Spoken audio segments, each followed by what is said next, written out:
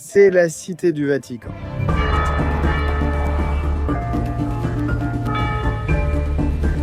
C'est la résidence du pape et le siège de l'Église catholique. Pour beaucoup, c'est un lieu saint et innocent, rempli de prières et de magnifiques églises. Cependant, que diriez-vous si je vous disais qu'à côté de cela, la ville possède un côté bien plus secret? Voyez-vous, bien que le Vatican soit le plus petit pays du monde, son influence reste immense. On l'appelle parfois en plaisantant l'agence de renseignement la plus efficace au monde. Et non, pas dans le sens où ils opèrent comme la CIA ou le MI6, mais plutôt d'une manière très différente. Je sais que ça paraît fou, mais c'est vrai, et ce n'est même pas tout. Pour saisir l'ampleur des services de renseignement du Vatican, il faut revenir à leurs origines. Ces origines remontent au moins au XVIe siècle, lorsque l'Église catholique s'opposait à l'Angleterre protestante, et plus particulièrement à la reine Élisabeth I.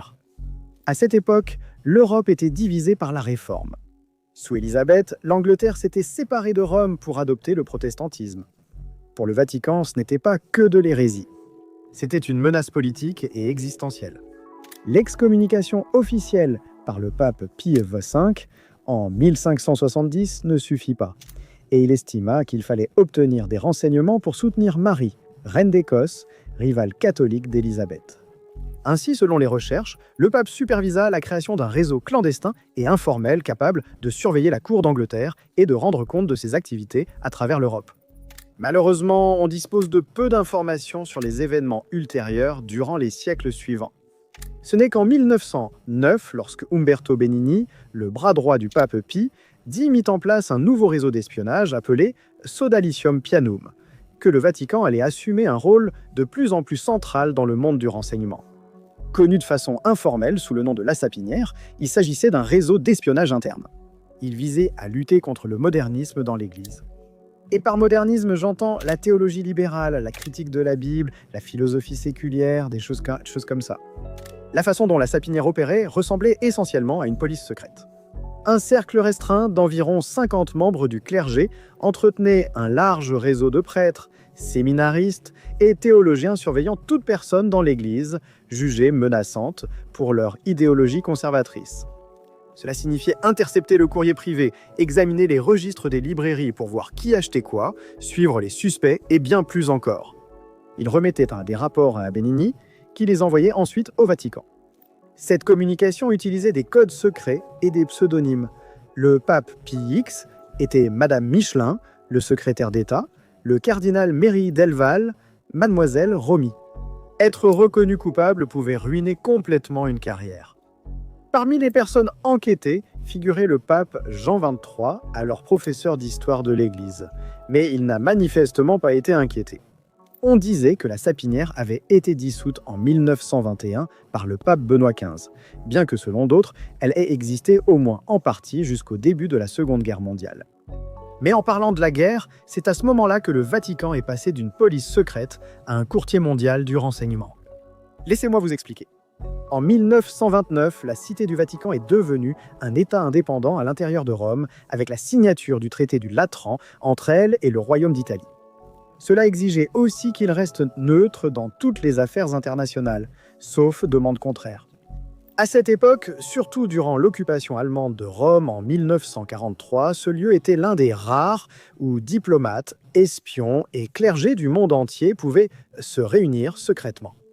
Par conséquent, le Vatican est devenu un courtier mondial du renseignement.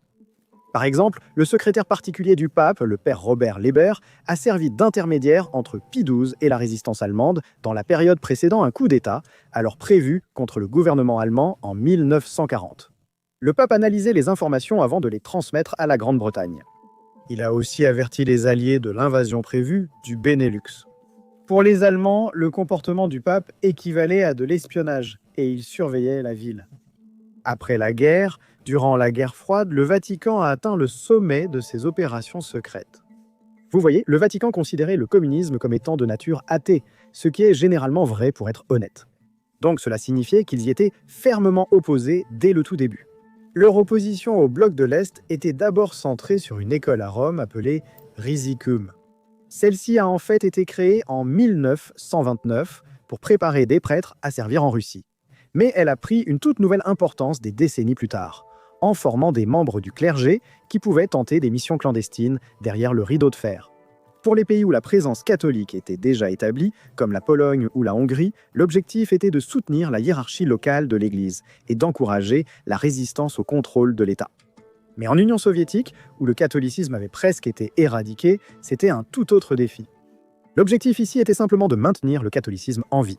Des prêtres étaient introduits clandestinement sous de fausses identités et de fausses histoires. La messe était célébrée clandestinement et des rapports sur l'atmosphère politique étaient secrètement transmis à Rome. Ainsi, selon le transfuge du KGB Vassili Mitrokhin, le KGB voyait le Vatican comme l'un de ses principaux adversaires subversifs à l'étranger. Les choses sont devenues plus intéressantes à l'approche de la fin de la guerre froide, surtout à l'époque du pape Jean-Paul II, le premier pape non italien, depuis près de 500 ans, et un Polonais qui connaissait le bloc de l'Est de l'intérieur. Son influence sur la chute du communisme européen et la fin de la guerre froide est incontestable. Le meilleur exemple fut la Pologne. En 1979, le pape est revenu pour la première fois dans son pays natal comme pape, attirant plus de 13 millions de personnes. C'est grâce à cette visite emblématique que les Polonais ont cessé d'avoir peur et ont été inspirés à la place. C'est de là qu'est née la création du mouvement Solidarność, un vaste mouvement social et syndicat anticommuniste. Comme l'a dit le leader et futur président Lech Wałęsa, sans lui, cela n'aurait pas été possible. Ce n'était que le début. Le 13 décembre 1981, le gouvernement polonais a instauré la loi martiale pour contrer le mouvement grandissant. Cela a conduit le Vatican à s'associer avec la CIA pour faire tomber le gouvernement communiste. C'est fou à dire, hein, mais laissez-moi vous expliquer. Bref, c'est pour ça que le Vatican s'est associé avec la CIA. Les États-Unis s'opposèrent au communisme pour des raisons géopolitiques et l'Église pour des raisons spirituelles. Mais comme le dit le proverbe, l'ennemi de mon ennemi est mon ami. Le pape et le président se sont rencontrés 4 fois dans les années 80, alors qu'aucun président avant n'avait fait plus d'une rencontre. Dès la première rencontre, la discussion a porté sur la Pologne et l'Europe de l'Est, comme l'indique la bibliothèque Reagan. En réalité, leur relation était bien plus profonde. Vernon Walters, ex-directeur adjoint de la CIA, a rencontré le pape près d'une douzaine de fois dans les années 80 comme intermédiaire, selon l'ancien ambassadeur américain au Saint-Siège, William A. Wilson. Ils ont mené des opérations conjointes où la CIA a financé des millions de dollars d'aide secrète à Solidarność, fournissant matériel d'impression, de communication et argent liquide pour soutenir les grèves. Ils ont ensuite été introduits en Pologne clandestinement via le clergé et des agents, selon le journaliste du Watergate, Carl Bernstein. Il y avait même un nom officieux pour l'agence de renseignement étrangère du Vatican à cette époque, l'Entité. Bien que non confirmé, des livres existent sur le sujet et le cardinal Luigi Poggi, surnommé l'espion du pape, aurait dirigé cette opération. Côté renseignement, les deux pays échangeaient des informations. Et Alexandre Haig affirmait que celle du Vatican était meilleure et plus rapide que les leurs. Finalement, l'alliance entre le Vatican et la CIA pour maintenir le mouvement Solidarność en vie dans les années 1980 a conduit à l'effondrement de la République populaire de Pologne en 1989 et à l'avènement de la Troisième République de Pologne où Solidarność a pris le pouvoir lors des premières élections semi-libres depuis des décennies.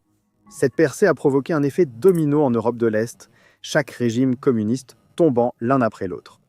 C'était l'une des plus grandes alliances secrètes de tous les temps, selon Richard Allen, le premier conseiller à la sécurité nationale de Reagan. Il est également important de noter que toutes ces personnalités clés de l'administration que j'ai mentionnées, Wilson, Haig, Walters, Allen et même le directeur de la CIA de l'époque, William Casey, étaient tous des catholiques romains dévoués.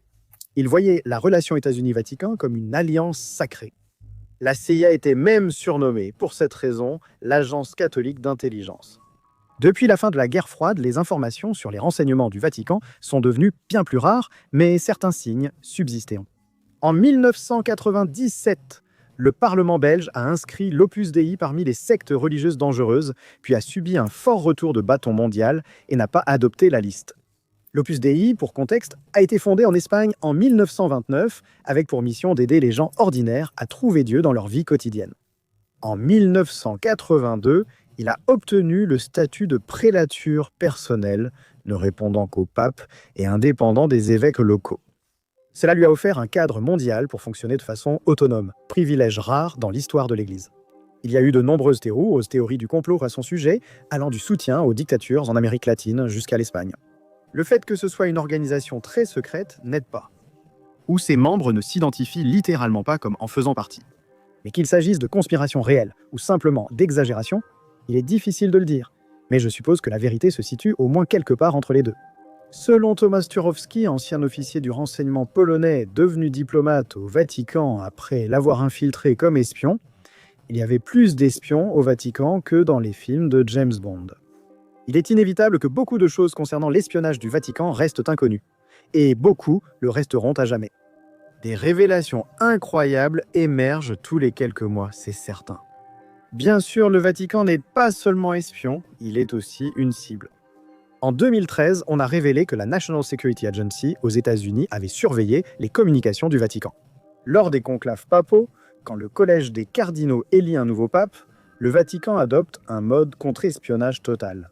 Le lieu, la chapelle Sixtine, est inspecté à la recherche de micros ou de caméras cachés par le corps de la gendarmerie du Vatican, qui est la force de sécurité. Des brouilleurs sont utilisés pour bloquer téléphones portables, Wi-Fi et radio. Même les fenêtres des résidences des cardinaux sont bloquées. Pourtant, cela n'empêche pas les agences de renseignement étrangères d'essayer d'interférer. Les enjeux sont trop grands et l'influence du pape trop forte pour que les gouvernements n'essaient pas de prendre l'avantage lors de l'élection. Actuellement, le renseignement du Vatican se limite surtout à sa diplomatie. Avec 184 États partenaires, des envoyés pontificaux dans presque toutes les capitales et des millions de membres du clergé et de laïcs dans le monde, il dispose d'un accès à des informations comparables à celui de tout gouvernement.